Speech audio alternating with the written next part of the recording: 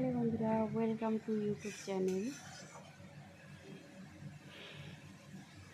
দুপুরের রান্নাটা আজকে করেছি মাছের ঝোল ভাত। যে কাজের মাসিটা আজকে আসেনি, যে রান্না করে, যেহেতু কালকে অনেক রান্না করে রেখে গেছিলো, তাই জন্য ভাবলাম কি না আজকে একটুখানি বারুনি করে দিই, যা আছে ওটা গরম করে আর একটু মাছের ঝোল করলে খাওয়া হয়ে যাবে। চলো সেই হিসাবেই রান্না করছিলাম। তোমরা তো দেখতেই পেলে মশলাটা কি করে ভাজলাম। শুধু টমেটো, আদা আর কাঁচা লঙ্কা, জিরের গুঁড়ো ছিল, ধনের গুঁড়ো ছিল, এগুলোতে ভেজে জল দিয়ে কষিয়ে আলু আগে ভেজে তুলে রেখেছিলাম। আমি আমার মতন করে রান্না করি গো, আমি নিজেই খাই, কাউকে খাওয়াই না।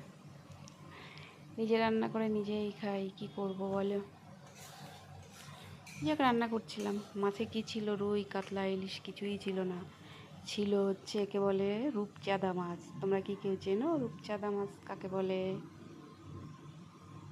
আগে একদিন রূপচাঁদা মাছ কাঁচকলা দিয়ে রান্না করেছিলাম, আর আজকে ওই দুটো আলু দিয়েছি, তো আমি আলু পছন্দ করি খেতে, তাই জন্য আলু দিয়ে করছিলাম। মশলাটা ভেজে ভুজে নামিয়ে টামিয়ে এই যে ঝোল ঢেলে দিলাম। একটু শুকনো লঙ্কার গুঁড়ো দিয়েছি, নাহলে লাল হয় না, বোঝোই তো। যাই হোক, তাই এবার বলো তোমরা সবাই কেমন আছো?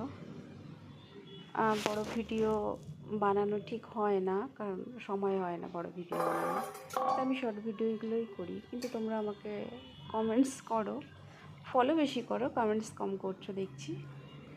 তো তোমাদের যদি কোনো রকম অভিযোগ থাকে আমাকে নিয়ে, বা আমার ভিডিও নিয়ে, বা কোনো কিছু নিয়ে, তো তোমরা কমেন্টস করে আমাকে জানাতেই পারো।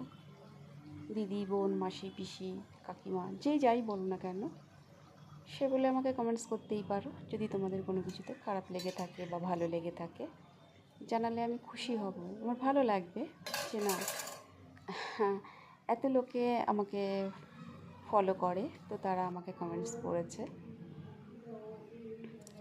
তো যাই হোক, কী আর বলি, কী আর বলবো। আর কয়েক দিনের মেহমান আমি এখানে, তারপরে আমি আমার গ্রামে যাব। ঠিক আছে, তোমরা কমেন্টস করো মাছের ঝোলটা কেমন দেখতে হয়েছে।